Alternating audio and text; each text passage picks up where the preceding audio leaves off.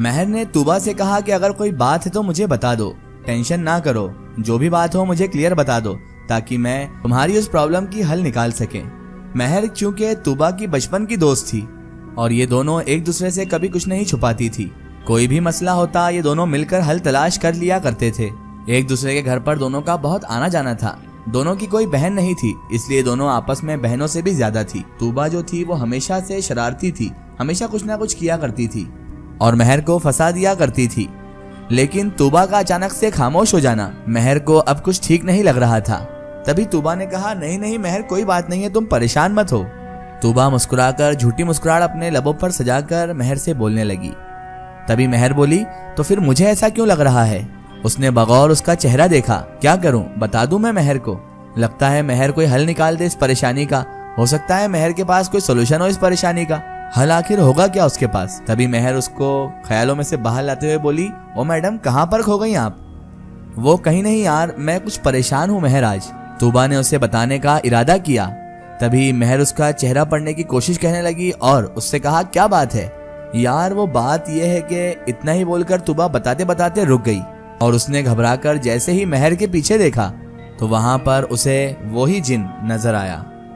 उस जिनजादे ने अपने होठों पर उंगली रखी हुई थी, मानो वो कह रहा हो कि इसे कुछ मत बताना वरना अच्छा नहीं होगा। तभी महर ने कहा, आगे बता, किसको देख रही है पीछे मेरे? आखिर कौन है मेरे पीछे? जरा मैं भी तो देखूं। महर ने जैसे ही पीछे देखा तो वहां पर कोई नहीं था, क्योंकि वो जिनजादा तो सिर्फ और सिर्फ तूबा को ही दिखाई देता था। यार महर, बस मैं पढ़ाई की वजह से बहुत ज्यादा परेशान हूँ। तूबा ने बहाना बना दिया, क्योंकि उसे बहुत ज्यादा डर था कि कहीं वो जिनजादा महर को कोई नुकसान ना पहुंचा दे। पक्का? महर का दिल मुतमईन नहीं हुआ था, इसलिए उसने वापस से पूछा। तूबा कहने लगी, जी पक्का महर मैडम, आप फिक्र ना करें, मुझे अगर इससे कोई बात होती तो मैं तुझे जरूर बताती। मेरा दिल तो नहीं मान रहा, लेकिन तूबा तू कहती है तो मैं मान लेती हूँ। महर ने मुंह बनाते हुए तूबा को तसल्ली दी। अच्छा, आप चल मेरे साथ। तूबा महर को अपने साथ ले गई। बेटा, तुम क्या घर पर रुक जाओगे अकेली? बस कुछ देर के लिए रहना है। तूबा झट से अपनी अम्मी से कहने लगी, नहीं, मैं नहीं रुक सकती अकेली इस घर में। तभी हमजा बोला, बेटा मुझे और अम्मी को कहीं पर जाना है, इसीलिए तुम्हारी इतनी खुशामद कर रहे हैं, तुमसे कह रहे हैं। बस कुछ देर के लिए, हम इशा से पहले आ जाएंगे। हमजा ने प्यार से उसे समझाया तो तूबा ने साफ कह दिया, नहीं भाई, मुझे बहुत जरा डर लगेगा यहाँ पर अकेले। तूबा ने डरी हुई आवाज में अपने भाई हमजा से कहा। तभी सायरा बेगम ने कहा, हमजा एक काम करो, मेरा जाना वहां पर जरा जरूरी है, इसलिए तुम यहीं पर रुक जाओ, मैं सीमा के साथ वहां पर चली जाऊंगी। क्योंकि सायरा बेगम को भी ठीक नहीं लगा था तूबा को वहां पर अकेला छोड़ना, क्योंकि रात वाले वाकये ने उन दोनों को भी थोड़ा परेशानी में तो डाल ही दिया था। ओके अम्मी, मैं तलहा को बोल देता हूँ, वो आपको आकर ले जाएगा। ठीक है, अपना ख्याल रखना और बहन का भी। मैं जल्दी आने की कोशिश करूंगी बेटा। सायरा चादर को अपने जिस्म पर लपेटते हुए बोली। जी अम्मी, ठीक है, अल्लाह हाफिज। हमजा और तूबा ने उन्हें इतना कहा और दरवाजे पर सायरा बेगम को छोड़कर वो वापस घर के अंदर आ गए। तूबा के जो वालिद साहब थे उनका इंतकाल काफी अरसे पहले हो चुका था और तभी से सायरा बेगम ने तूबा और हमजा को माँ और बाप दोनों का प्यार दिया था और माँ और बाप दोनों के फर्ज सायरा बेगम अकेली अदा कर रही थी और दोनों बच्चों को बड़ी नाजों से पाल रही थी। हमजा ने पढ़ाई खत्म करने के बाद छोटा सा कोई बिजनेस शुरू कर लिया था और तूबा थी जो अभी तक पढ़ रही थी। उनकी छोटी सी फैमिली बहुत सुकून से अपनी जिंदगी गुजार रही थी। बहुत ही मोहब्बत थी पूरे परिवार में। हमजा एक बहुत अच्छा भाई था। भाई होने के साथ साथ वो एक बहुत अच्छा बेटा भी था, बल्कि वो तो तूबा के लिए एक वालिद की तरह फर्ज निभा रहा था। लेकिन कहते हैं ना कि सब कुछ जब ठीक चलता रहता है तो कुछ ना कुछ गड़बड़ होती ही है। इस परिवार की इस खुशी को भी किसी की नजर लग गई। तूबा को न जाने क्या हुआ, वो काफी देर देर तक बैठकर एक जगह ही देखा करती थी। रातों को वो चौंक कर उठ जाया करती थी। बार बार वो डरने लगती थी और घर वाले अब तक यही समझ रहे थे शायद ये सब उसका सिर्फ और सिर्फ वहम है। लेकिन अब ये वहम था या फिर हकीकत, ये तो अब सिर्फ तूबा ही जानती थी। तूबा, चाय बना दो यार, अब बहुत जरा सर दुख रहा है मेरा, हमजा ने सोफे पर बैठते हुए कहा था। जैसे ही तूबा ने हमजा की आवाज सुनी वो चौंक कर उठी और कहने लगी, जी भाई, मैं आपके लिए चाय लेकर आती हूँ। और वो किचन की तरफ चली गई। किचन में खड़ी वो चाय बना रही थी कि तभी एकदम से दरवाजा बंद हुआ। उसने अचानक चौंक कर सामने देखा। उसे महसूस हुआ कि कोई उसके पीछे खड़ा हुआ है।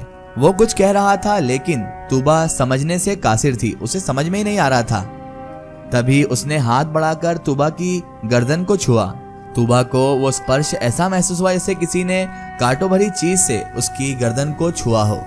तूबा को अब खौफ आने लगा था। उसने खौफ से बेचारी ने आंखें बंद कर ली और जो भी उसको कुरानी आयात याद थी उसने पढ़ना शुरू कर दी। वो चीज एकदम से उससे दूर हुई और दरवाजा अचानक से खट से खुल गया। हमजा था।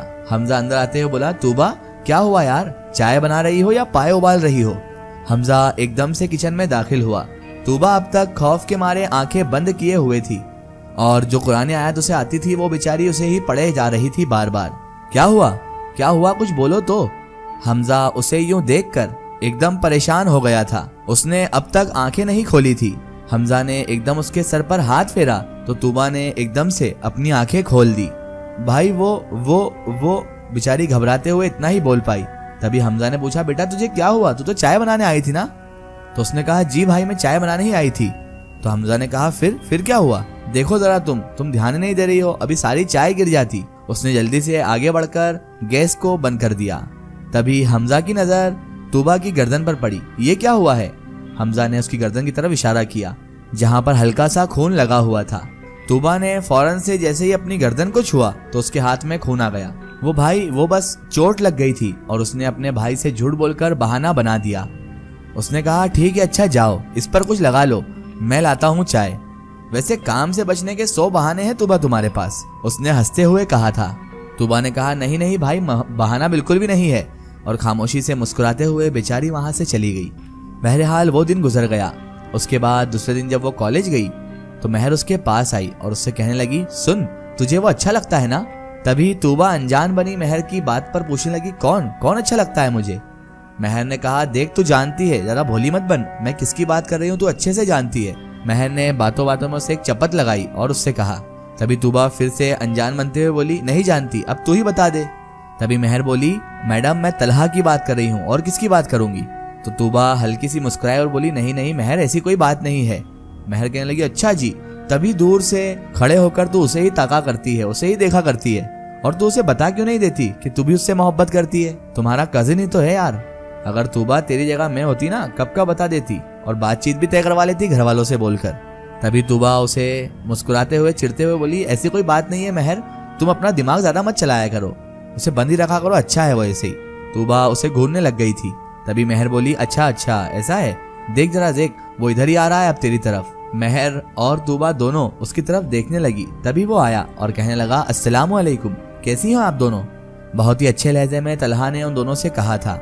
उन दोनों ने जवाब दिया, वालेकुम अस्सलाम, हम ठीक हैं। अभी तलहा बात करने के बारे में सोच ही रहा था कि तूबा ने अचानक से कहा, चलो हम चलते हैं।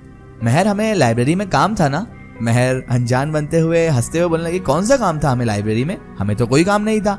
महर नासमझी से तूबा को देखने लगी। तभी तूबा को थोड़ा गुस्सा आया। उसने दांत पीसते हुए कहा, याद करो महर, याद करो।